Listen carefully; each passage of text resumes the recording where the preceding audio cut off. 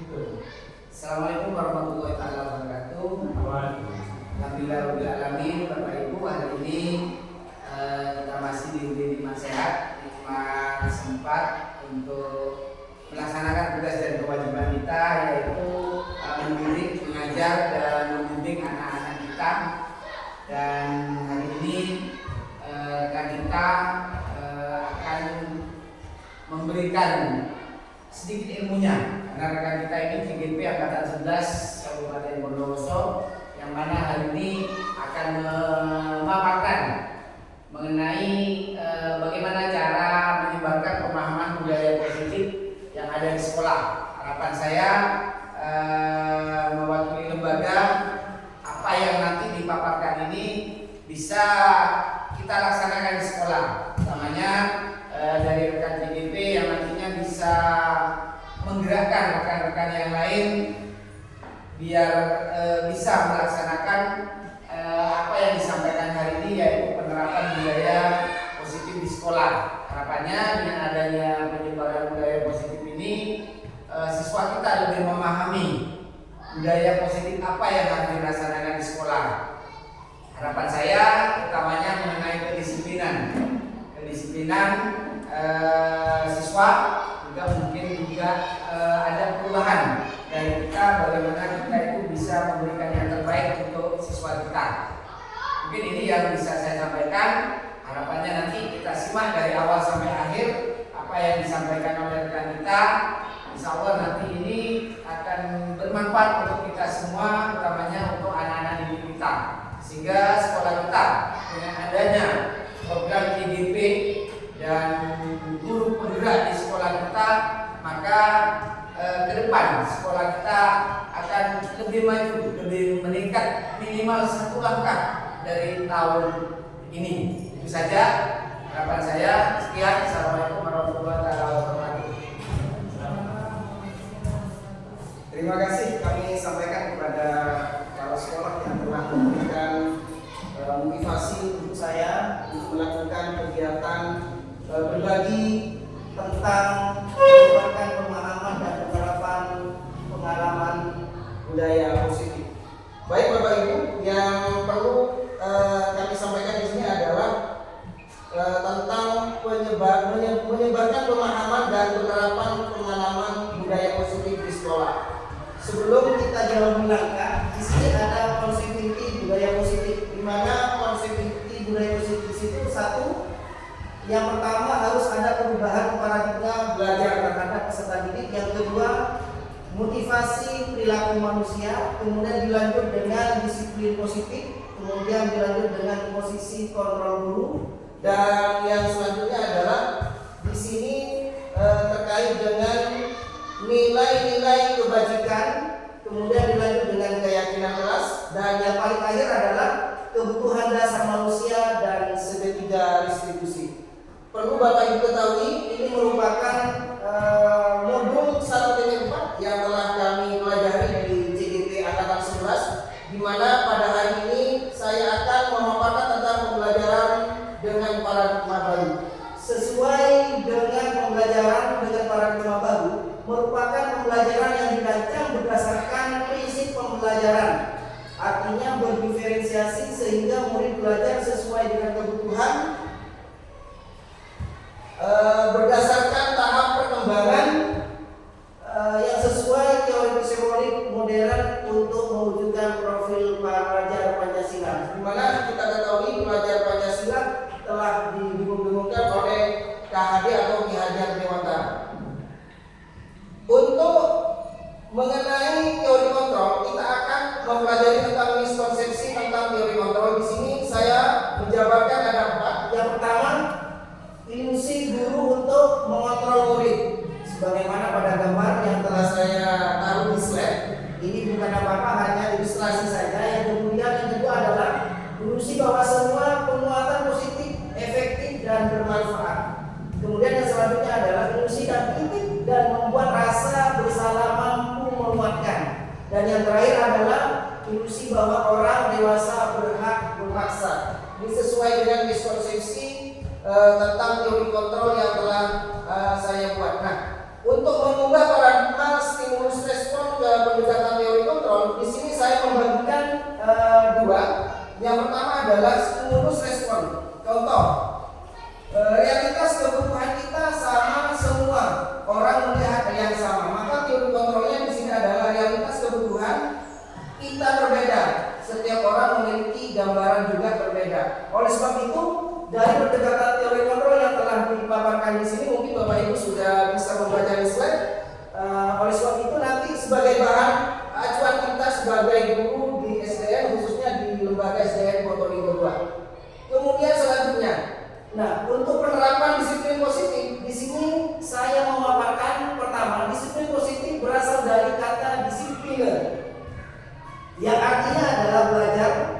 Menurut para ilmuwan, disiplin itu mengacu pada disiplin diri yang memiliki tanggung jawab terhadap apa yang diberikan berdasarkan nilai-nilai yang diyakini.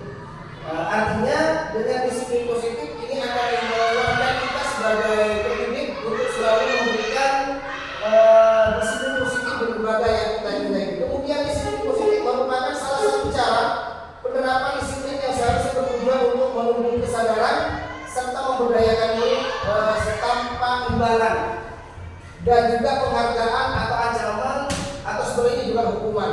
Ini merupakan disiplin positif sebagai pendidik. Tujuan kita adalah menciptakan murid yang memiliki disiplin diri sehingga mereka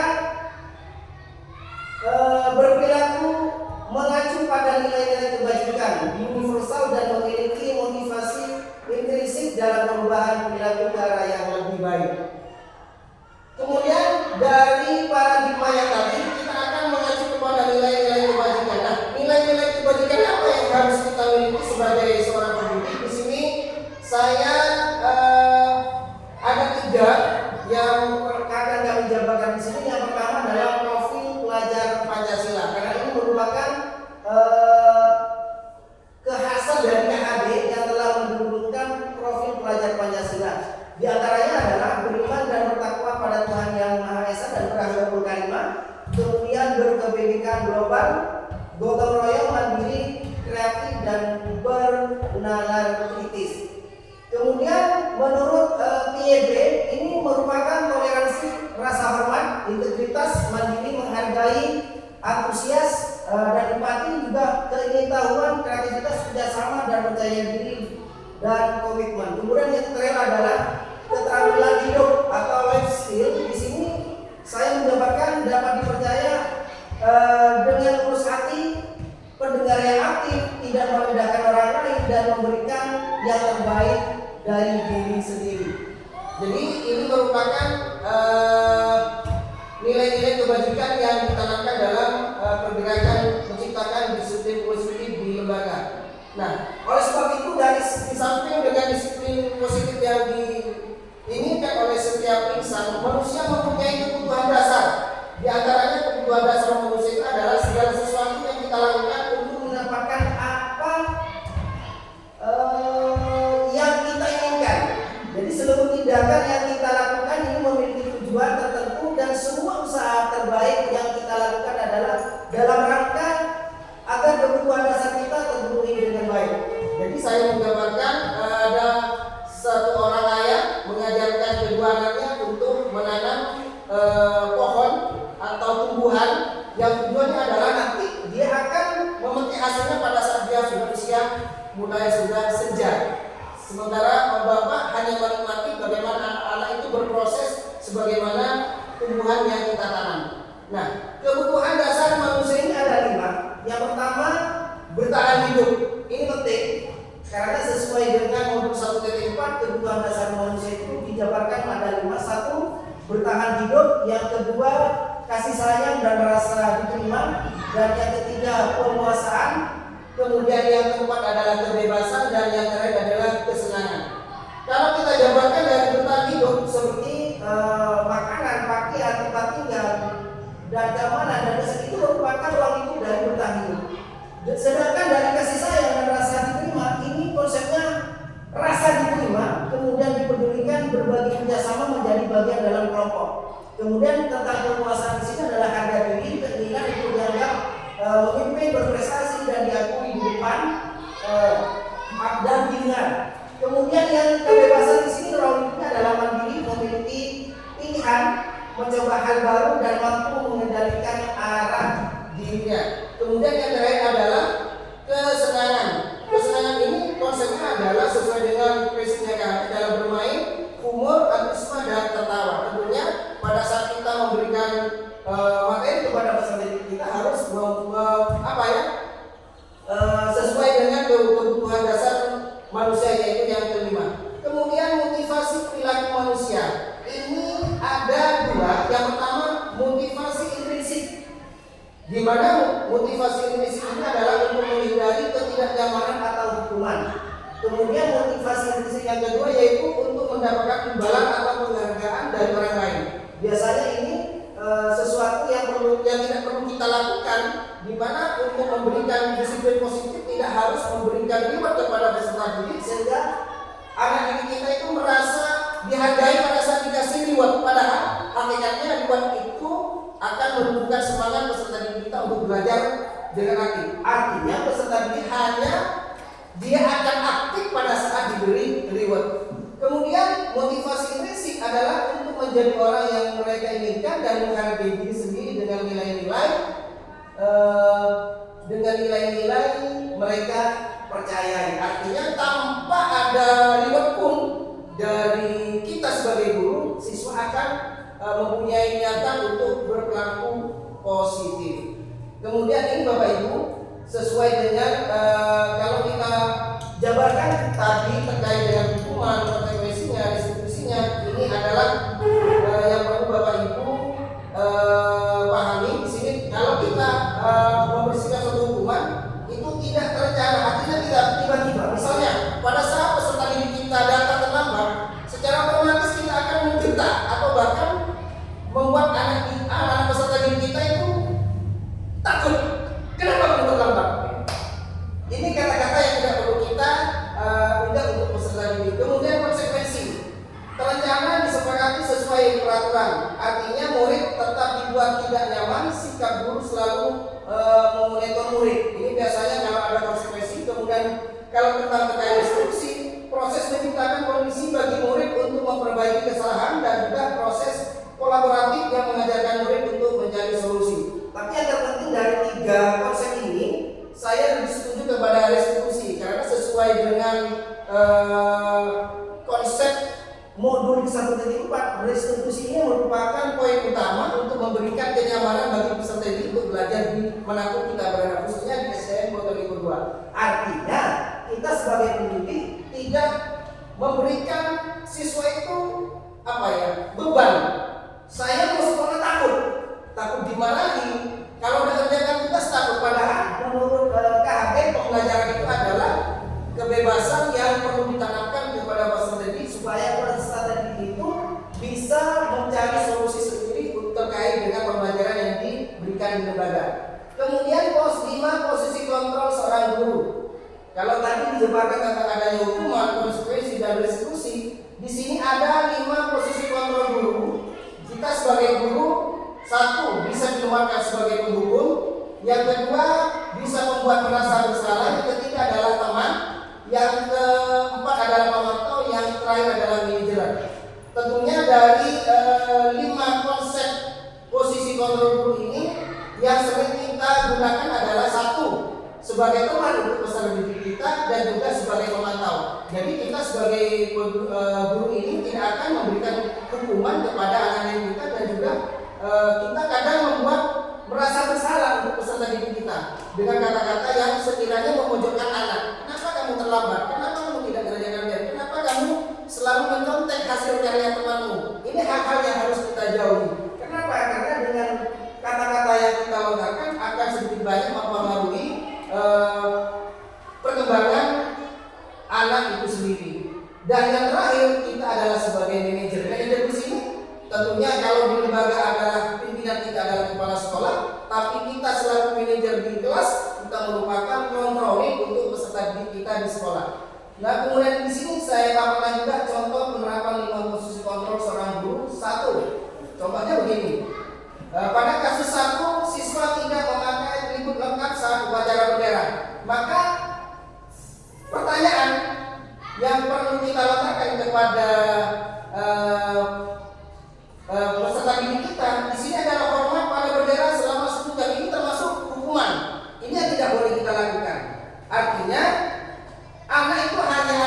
denda pada saat ada hukuman, tapi hakikatnya dia akan mengulangi lagi. Kenapa? Tadi Pak Guru lah saya bilang. Nah, kata-kata itu harus kita hindari karena berapa kali Bapak Ibu harus memberitahu kamu selalu saja mengejauhkan kamu. Ini harusnya kata-kata yang perlu kita ucapkan kepada peserta didik. Kamu harus berdiri di halaman 1 jam. Nah, ini yang harus kita hindari. Kemudian yang kedua, Bapak Ibu, contoh penerapan 5 posisi kontrol seorang guru adalah siswa tidak memakai atribut lengkap saat upacara bendera. Tentunya sebagai guru kita harus memberikan solusi. Ayo dong, ikuti aturan sekolah. Tolong bantu Bapak atau Ibu ya, sekali ini ya sudah, tidak apa-apa. Lain kali jangan sampai berbuat seperti itu lagi. Artinya kita menyemangati siswa, walaupun siswa itu tidak mengikuti aturan yang telah ditetapkan di lembaga. Kemudian dari musik konservasi guru, kamu sudah melanggar peraturan sekolah. Kamu tahu nggak konsekuensinya? Itu kata-kata yang menekan, seharusnya kita hindari. Setelah upacara kamu dilihat-lihatkan ke koperasi dan jangan diulangi lagi. Nah, oleh sebab itu, di samping kita memberi penekanan, juga memberikan solusi untuk peserta didik kita. Kemudian penerapan yang kelima yaitu siswa tidak memakai. Apakah kamu tahu kesalahanmu? Kira-kira bagaimana kamu memperbaiki kesalahanmu? Ini hal-hal yang harus kita lakukan demi untuk menjaga kondusivitas dan disiplinitas sekolah di SDN Botolinggo 2. Nah, posisi kontrol apakah aku? Nah, tadi Bapak Ibu telah menyimak banyak hal, sesuatu yang harus kita paparkan kepada peserta kita. Tentunya ada sesuatu yang perlu kita tanyakan dan mungkin ada di benak kita. Contoh, saya kecewa sekali dengan kamu. Ini kata-kata yang siapakah aku? Ya, kemudian kamu tidak pernah benar melakukannya kan? Apakah rencanamu untuk menyelesaikan masalah ini? Ayolah lakukan demi Bapak Ibu. Nah, ini hal-hal yang perlu kita tanamkan untuk Bapak Ibu di sini. Kemudian kata-kata yang adalah kami tidak akan mendapat nilai jika tidak mengerjakan tugas. Biasanya siswa seperti itu. Pada saat kita menekan siswa, siswa akan berkata-kata kami tidak akan mendapat nilai jika tidak mengikuti aturan yang ada di sekolah. Nah, oleh sebab itu Bapak Ibu dalam penerapan konsep budaya positif di sekolah ini, saya mengharapkan kepada Bapak Ibu yang ada di sini, khususnya saat asisten pimpinan kepala sekolah, saya mohon izin berbagi pengalaman yang saya pelajari sesuai dengan menyebarkan pemahaman dan penerapan pengalaman budaya positif di sekolah. Tentunya budaya positif ini perlu kita lakukan dimanapun kita berada, pada khususnya di lembaga yang kita cintai ini. Kenapa? Karena anak nantinya kalau kita sudah menyebarkan pemahaman dan penerapan pengalaman budaya positif di sekolah ini, tentunya anak-anak akan selalu lihat gembira sekolah, datang ke sekolah, artinya tanpa ada tekanan-tekanan. Jadi bahasa penekanan di sini harus kita hilangkan di era kurikulum merdeka ini. Kenapa? Karena tuntutan yang ada di Dewan adalah memberikan solusi kepada peserta didik, tapi kita bukan sebagai penghukum. Artinya kita itu mempredisikan ini sebagai student center, akan tetapi bukan teacher center. Artinya murid itu yang diutamakan untuk diri kita sendiri, bukan kita sebagai model untuk siswa kita. Artinya banyak materi yang akan kita berikan ke peserta didik. Tentunya materi-materi ini perlu kita gali dan dalami sesuai dengan pemahaman yang kita miliki bersama. Mungkin hanya ini saja yang dapat kami sampaikan dalam forum yang berbahagia ini, dan saya mengucapkan terima kasih kepada kepala sekolah yang telah memberikan izin pemaparan, menyebarkan pemahaman dan penerapan budaya positif, dan juga kepada teman-teman.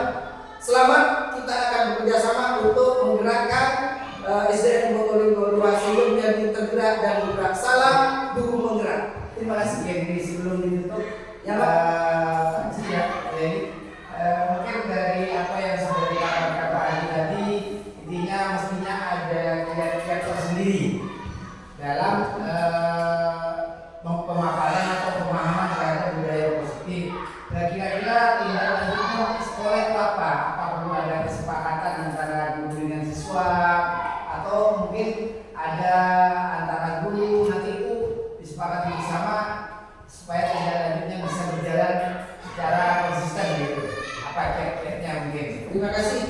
Terima kasih atas pertanyaan yang telah disampaikan oleh kepala sekolah kepada kami. Yang pertama, di samping kita ada istilah keyakinan kelas dan juga ada budaya literasi kelas, Pak. Tentunya ini nanti akan sesuai dengan visi guru gerak saya yang telah saya bukan di CDP Akademi ini adalah memberdayakan literasi sekolah 25 menit sebelum pelajaran dimulai. Ini yang pertama. Kemudian yang kedua tentang keyakinan kelas, saya akan membentuk dan mengajak seluruh teman-teman yang ada di sini untuk selalu berbuat yang terbaik untuk anak-anak kita supaya anak-anak kita itu belajar di sekolah ini menjadi aman, tenang, dan nyaman. Tentunya satu program yang kita telah jalankan tetap berjalan, namun perlu ada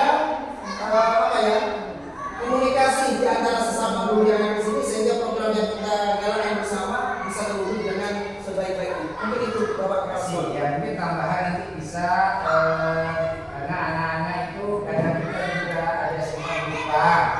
Mungkin bisa ditambah dengan penempatan banner. Artinya di sekolah mungkin ada banner budaya-budaya positif nanti ditempel mengingat agar kita baca kita sendiri. Mungkin nanti lupa. Ya. Terima kasih. Itu sudah saya masukkan di sini, Pak. Sesuai dengan komitmen ini, perlu saya paparkan juga sedikit. Ini kan sudah ada live, Pak. Masih live. Di sini ada sesuai dengan komitmen yang telah kepala sekolah menanyakan kepada kami. Di sini sudah sedikit saya membuat di kelas 3, Pak. Kelas 3. Di sini terkait dengan budaya positif di lembaga.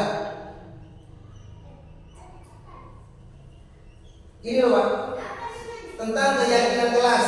Nah, di sini mungkin nanti sebagai sampel yang akan ditaruh di masing-masing kelas, karena sesuai dengan ada keyakinan kelas dan juga ada kesepakatan kelas. Karena kesepakatan kelas itu untuk memberikan nuansa dan ruang terbuka kepada peserta didik kita untuk berakselerasi. Artinya guru tidak hanya memberikan ke satu arah, tapi guru bisa mengambil dari dua arah. Kemudian tentang keyakinan kelas ini perlu juga kita tanamkan. Seperti pada gambar-gambar slide di sini, Bapak Ibu sudah juga memahami bahwasanya hormati gurumu dengan cara kita sudah melakukan di sekolah sini. Ya, monggo Pak. Bisa kan Pak? Nah ya, di sini ya, di sini sudah nampak di sini tentang keyakinan kelas. Jadi keyakinan kelas dan kesepakatan kelas itu beda. Kalau keyakinan kelas yang akan kita buat bersama dengan komunitas guru di sini, tapi kalau kesepakatan kelas kita akan menyepakati peraturan di kelas bersama murid kita. Artinya kita sebagai manajer kita akan mengontrol peserta didik kita di sekolah dengan kesepakatan kelas. Tapi kalau ini adalah keyakinan kelas, artinya memberikan budaya-budaya positif untuk peserta didik kita dari kelas 1 sampai kelas 6. Mungkin itu Bapak Pres. Jadi sudah saya buat, tinggal nanti saya ekstern di masing-masing kelas. Dulu rekan kita. Terima kasih. Untuk saya pribadi apresiasi yang saya diberinya buat TGP kita dalam budaya kita. Apa yang sudah dipaparkan itu sangat bagus dan sangat menginspirasi kita semua. Ini nanti apa yang disampaikan bisa kita terapkan di kelas kita masing-masing. Kemudian ini akan terlaksana dengan baik ketika kita semua bekerja sama dengan baik. Insyaallah ke depannya sekolah kita saya yakin akan lebih maju. Amin saya. Terima kasih. Dari kami cukup sekian saja dan mohon maaf